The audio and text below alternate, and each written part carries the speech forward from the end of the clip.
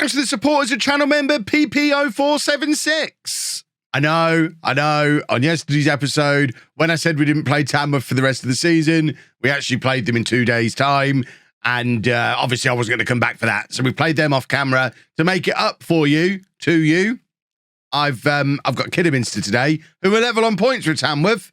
So it's basically the same. I'm sure the people of Kidderminster and Tamworth will agree. They're basically the same. It's fine.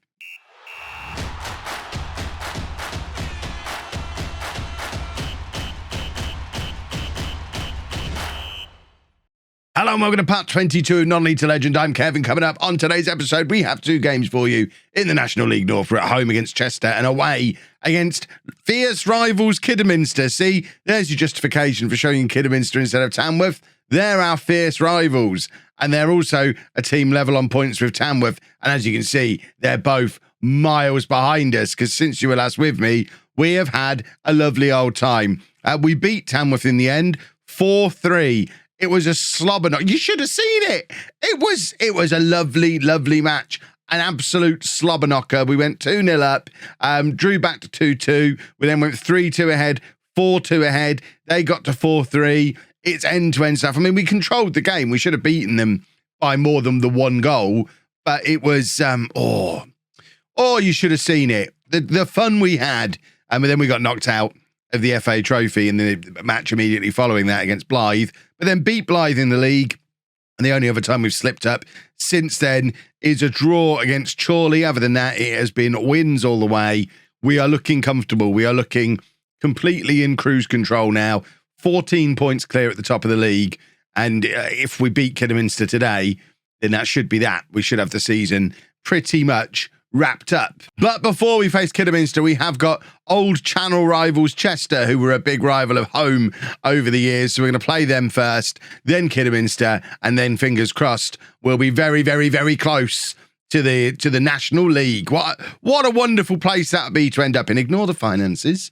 Quite frankly, finances isn't your business. The finances are fine. If you are excited though for life in the National League potentially being on the horizon, please make sure you leave a nice big thumbs up on the video. As ever, it would be lovely if we get to 5,000 likes today. It does make a massive difference. It's Monday. Let's celebrate Monday with 5,000 likes on the video. That'd be absolutely super. Hold on. We need to just adjust this bench. See, I do my own bench now. I'm like a proper grown-up and everything. So this is the team for the game against Chester. We've got Marshall in goal, a back four of Brown, Cullinan, Colvin and Rhodes, Smith and Livermore in midfield, Waltman, Thomas and Adedoyin as the attacking midfield 3, and then Andrucci is up front and scoring goals, 20 goals now for the season for Andrucci. I can understand why, looking back towards the transfer special that we did a few episodes ago now, we saw that Andrucci had sold more shirts than anybody else despite only playing a handful of games for us. Clearly, those fans that saw those handfuls of games knew that we were witnessing something special. We had our striker. We just didn't know it yet because we were playing him out wide and he wasn't scoring goals yet. Waltman is in here. And Waltman, another one who's been very, very good since arriving. All 3 of them, really. Waltman, Andrucci and Adedoyin have been very good additions to the side. Poor old Elliot Andrew has suffered a little bit from being the boring old guy who was here before. But these 3 have been lovely. Rhodes now going past his man, looking to get himself into a crossing position. Rhodes cuts it back to Livermore, and then Livermore back to Rhodes again. Can we have a cross, please? There is the cross. Thomas is in. It hits the crossbar, and Andrucci's there for the follow-up, but his shot is blocked. It goes out for a corner, and now we have the opportunity from the set piece to take the lead. Thomas with the in-swinger, looking for Cullinan, but can't find him, and Chester get the ball clear, but we're just going to snuff that out as well because, as mentioned, we're a very good side. I'm loving the fact that after 20-something episodes now, we're finally a very good side. All the doubters are being proved wrong. Oh my word, what a goal from Donnell Thomas. 10 for the season from him. I was about to sing my own praises for a moment. Unlike me, I know. But I think we're going to have to give Donnell Thomas a little bit of credit here because that free kick is absolutely perfect. 10 goals now for him this season. He is available. He's out of contract at the end of the season.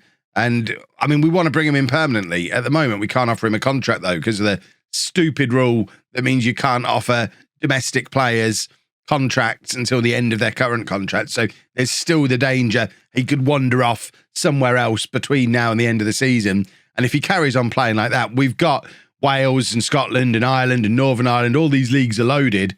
They can all offer him contracts. So the danger is if he carries on playing well and you're in the lower leagues in Scotland or wherever else it might be, why would you not be offering him a contract? Luckily, nobody is at the moment, but the fear is there.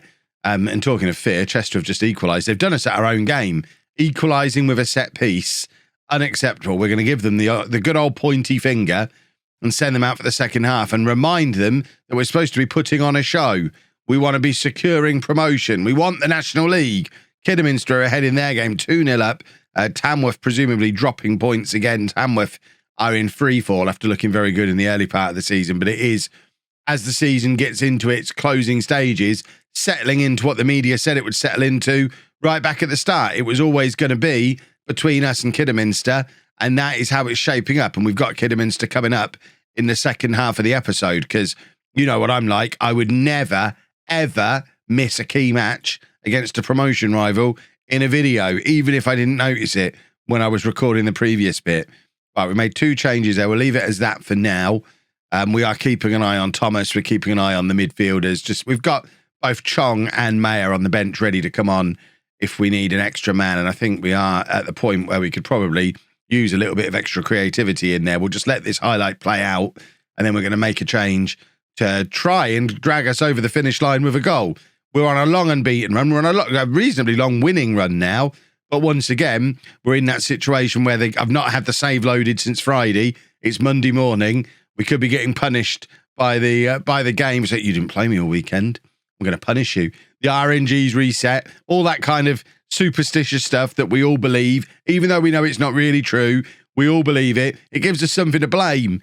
And now Chester are, with the RNG fully behind them, are coming at us. But we have nothing to fear. Marshall lumps it forward to Andrew, nods it down to Waltman, who's now switched over onto this right-hand side to allow Andrucci to go out to the left and Andrew to go up front. And there is Elliot Andrew. It's only his 3rd goal of the season, but it's a massively important one with 12 minutes to go. It's Leamington 2, Chester 1.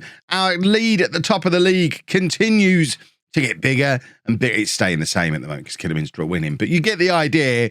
We are getting very, very close. I don't know if we can mathematically do it against Kidderminster. I haven't actually run the numbers because even if I did, I'd probably get them wrong.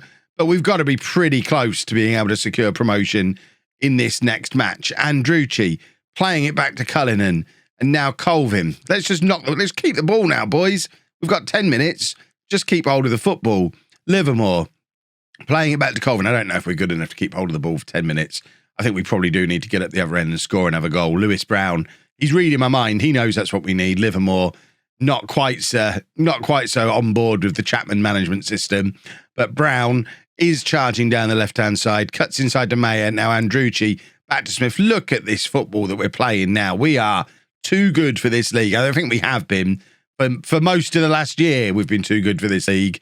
And now Elliot Andrew has grabbed his second of the game. He's getting a little bit of game time in this current run and is starting to score goals again. If he'd have started the season like this, he wouldn't have lost his place for so long. I know some people will say I never gave him a chance this year. I refer you back to the episode titled Season 3 Starts Here. Who started up front in that match? Both those matches, I think Andrew started up front. Certainly first day of the season, Elliot Andrew was playing up front for us. So he did get opportunity as the man in possession to keep his space, and he didn't perform. And now he's had time out of the team. Andrucci's taken his spot, and now Andrew's got to work his way back in. And performances like this will take him a long way towards getting back in the side. He could have had a hat-trick there. Screws it wide. Doesn't really matter because we're 2 goals clear with a minute to go, and Chester can't stay on side. So that should be a final whistle coming any moment. Colvin playing it forward to Livermore, and now back to Cullinan again. Livermore's had a lot of the ball since we've gone ahead in this game, just absolutely controlling things. I know we're paying him a lot of money, but when he wants to, he can absolutely control a football match. Everything comes through him, and he just sets the pace and sets the tone. He's just there in a pocket of space, waiting to receive the ball. He doesn't get it that time, but he's there, always waiting to receive. All eyes on Livermore here. He's still just sat there, waiting for the ball. If it bobbles clear to him, he's ready to receive it and do something with it. I think that's called being a midfield player.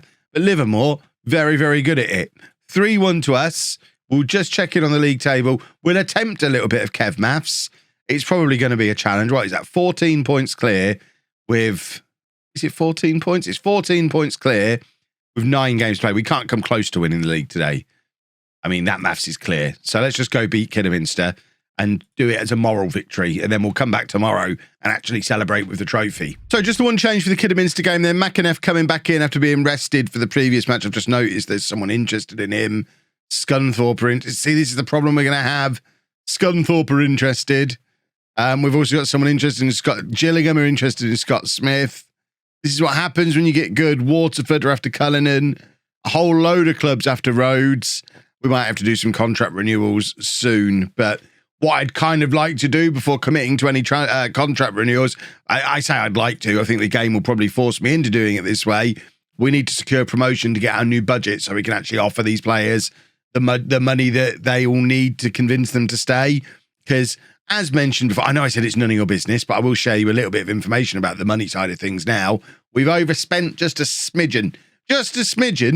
And I think we'll struggle to, as you can see, the cough's still with me. I think we'll struggle to, oh, for goodness sake, I think we'll struggle to pay everybody the money that they want, which is not ideal. And also not ideal is the fact we've just gone 1-0 down. We'll watch the replay because we always watch the replay and try and assign some blame to this. Why is everybody just over that side of that terrace at the end there? That's a little bit weird. Right, that is not the start we had in mind. I mean, we're still 11 points clear of Kidderminster, even if it ends like this. 11 points clear with 8 games to go. Feels like something that should be maintainable for us. But when you've been on such a long unbeaten run like we have, losing a match in a rivals game, because Kidderminster are on our rivals list, so losing a match in a derby, although Kidderminster don't consider us rivals, which is a little bit sad. Yeah, this is going to hit us hard. I hope that's being disallowed, referee. It's not. It's not being disallowed. This is not going to plan, everybody. We've been the better team. Oh, it has been disallowed. Hold on. What was it disallowed for? Weird. Okay, that's good. Maybe it will go to plan after all. Right, can we have a goal, please, from here? We've got 15 seconds to get hold of the ball, get up the other end and grab a goal. It seems unlikely that Smith's trying to get involved and make it happen. He's listening to the instructions. Kidderminster in again here, though. They've hit the inside of the post. They hit it with such ferocity that the ball bounces off and goes wide on the other side of the goal. That's quite an impressive miss.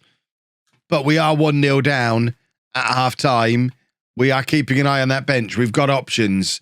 There will be changes if things aren't going our way as we get into this second half.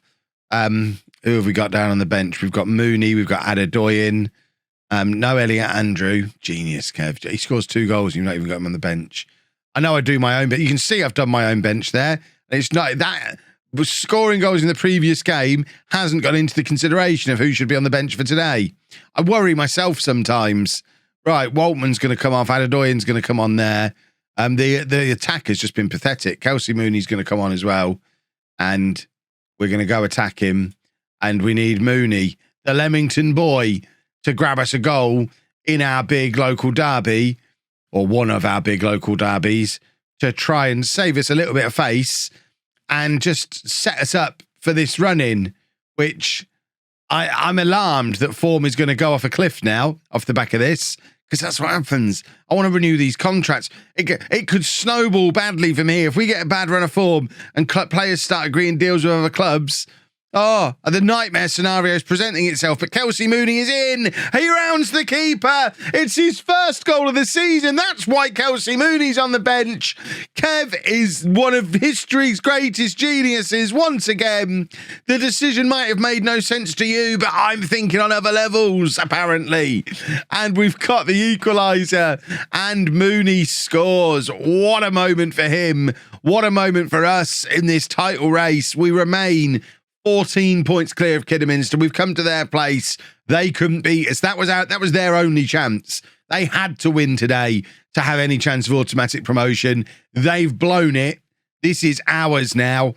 And we will be back tomorrow to show you us lifting the trophy, whenever that may be. This is going to rely on me being able to do some maths. I'm thinking somewhere around Altrincham or Guiseley, depending on how the next few matches go.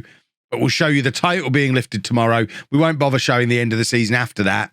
We'll just get straight into title lifting tomorrow, transfers the day after, and then the National League. It's all starting to come together. I always had a plan. If you've enjoyed that, please make sure you leave a nice big thumbs up on there for me. Subscribe to the channel for daily Football Manager videos. And thank you very much for watching.